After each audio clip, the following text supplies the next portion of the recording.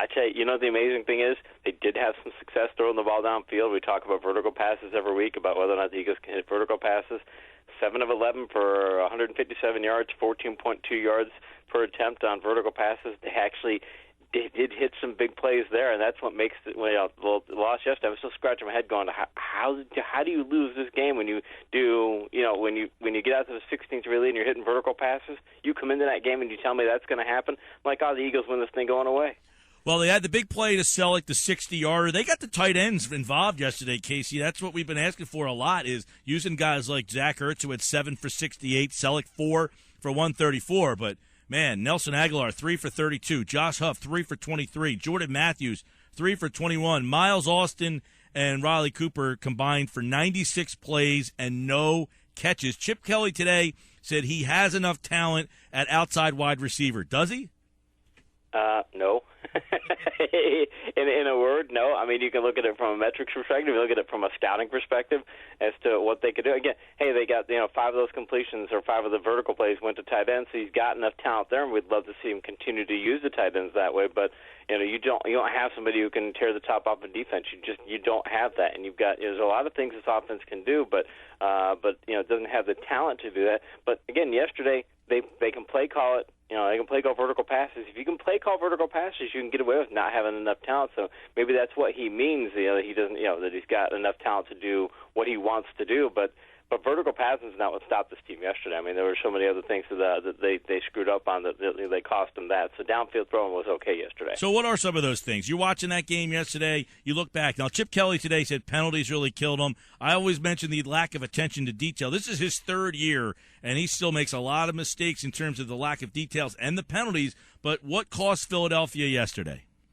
Special teams cost Philadelphia yesterday in part. They got up 16-3 and they drove downfield, and then Bradford taking that sack on that drive that set them up for the field goal that they missed. I'll give you a stat for the season. That's one of the things that's costing the Eagles all season. It's ESPN Stats Information has a stat called Special Teams Expected Points Added, and called Step Up. It means how scoreboard impactful were your special teams plays. Last year, the Eagles lead the league in this category.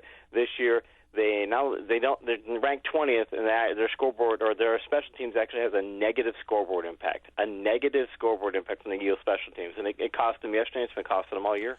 Well, that's something that's really surprising, considering they were very good on special teams last year. They seem to always make a play in the return game. They're just not doing that this year. This is another punt that gets blocked, another very makeable field goal for them yesterday. Let me ask you about the quarterbacks. Obviously, we saw Bradford in the first half. Sanchez came in. What did you make of the two guys? I mean, obviously a small sample size with Sanchez yesterday, but any discernible differences between Bradford and Sanchez?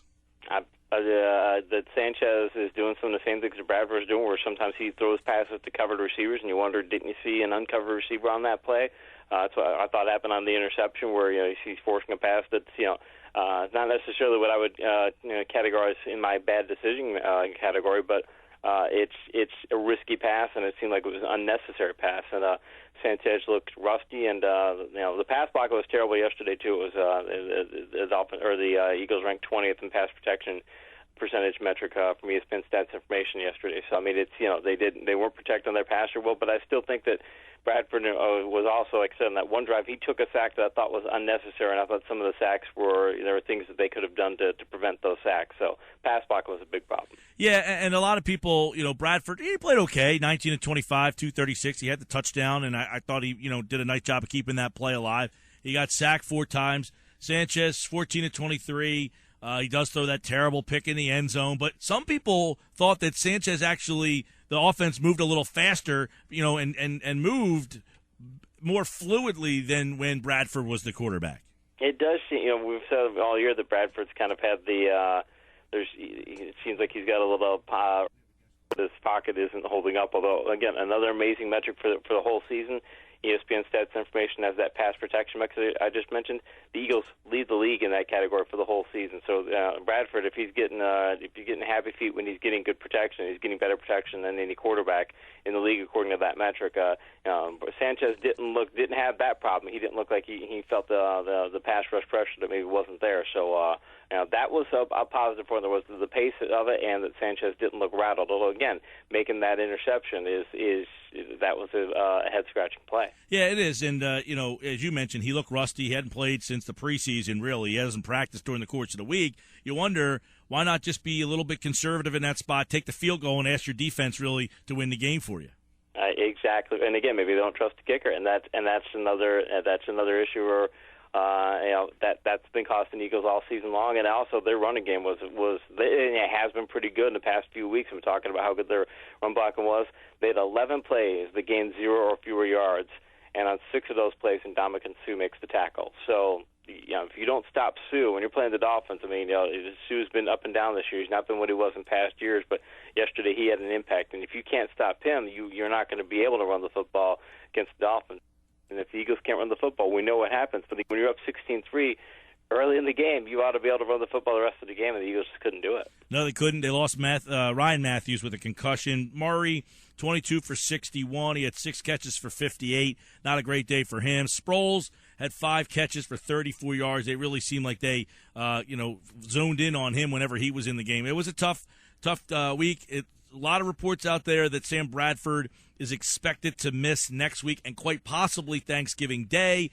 Is that, a big loss for them, or do you think that they are virtually the same team regardless of who the quarterback is?